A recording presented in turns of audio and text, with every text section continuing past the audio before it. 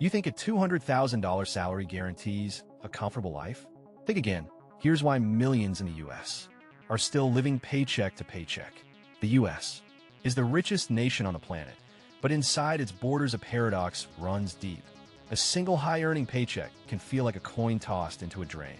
A $200,000 salary sounds like security, but for many it's the start of a relentless cycle of debt, cost of living spikes, and hidden expenses that erode that wealth faster than it arrives. Picture a tech engineer in San Francisco, earning $200,000 a year. He's in the top 5% of earners. Yet his rent alone takes up 60% of his take-home pay. He's paying $4,500 a month for a two-bedroom apartment in a city where the median home price is $1.3 million. He's also juggling a $200,000 student loan balance, a credit card debt of $15,000, and a monthly health insurance premium of $1,200. By the time he pays taxes, his net income is only $120,000. And after all the bills, he's left with a modest savings that barely covers a rainy day. This isn't a one-off story. It's a national pattern. In 2023, the U.S. Bureau of Labor Statistics reported that about 9.5% of households still lived in poverty, roughly 36 million people, despite the country's GDP per capita standing at $70,000. The gap between high earners and those living paycheck to paycheck is widening, and the reasons are layered. First, the cost of living is not uniform across the country. In cities like New York, Los Angeles, and Boston, the price of housing has outpaced wages for decades. The median rent has surged 70% in the last 10 years, while wages have grown by only 30%. Even in rural areas, the cost of childcare, healthcare, and transportation has risen faster than wages, pushing families into financial strain. Second, the tax burden on high incomes is a double-edged sword. While the U.S. has a progressive tax system, the top 1% pays a marginal tax rate of 37%.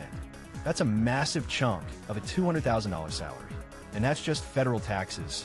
State taxes add another 5 to 10% in many jurisdictions. The net effect is a huge reduction in disposable income that many high earners fail to anticipate. Third, the debt trap is a silent killer. The U.S. is a debt-oriented society. Student loans, credit cards, auto loans, and mortgages are all part of everyday life. According to the Federal Reserve, the average student loan debt per borrower in 2023 was $28,000. For a high-earning professional, that debt can still consume 15% of their monthly income if interest rates climb. Meanwhile, credit card debt can balloon with high interest rates, turning a small emergency into a lifelong burden. Fourth, healthcare costs are a hidden tax.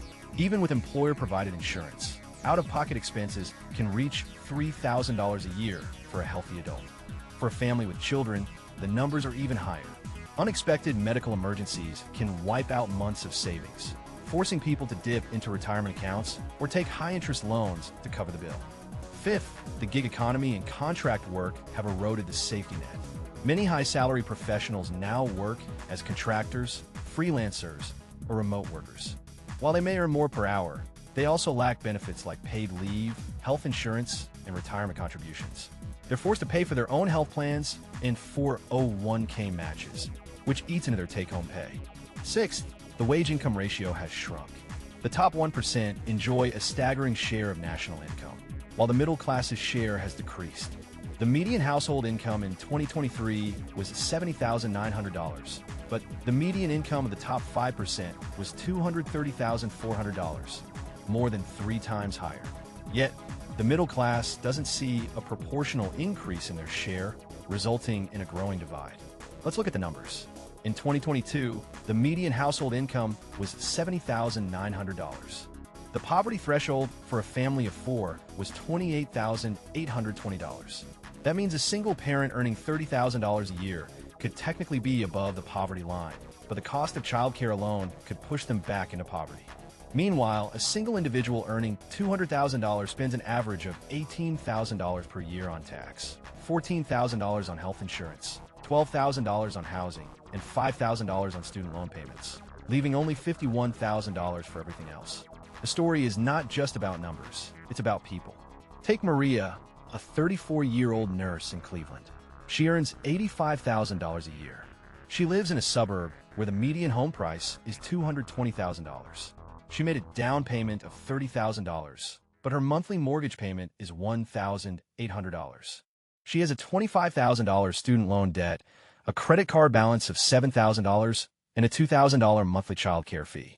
She's barely making ends meet, and every payday, she's forced to tighten her budget, often skipping dinner or pulling an all-night shift just to keep the lights on. The story is also about the systemic roots. The U.S. has a fragmented welfare system. Social Security benefits are tied to work history, but the average retirement age has risen to 64. Meanwhile, the Affordable Care Act, while expanding coverage, still leaves many with high premiums. Medicaid expansions vary by state, leaving a patchwork of coverage that fails many low-income families. The debt crisis is also fueled by the culture of buy now, pay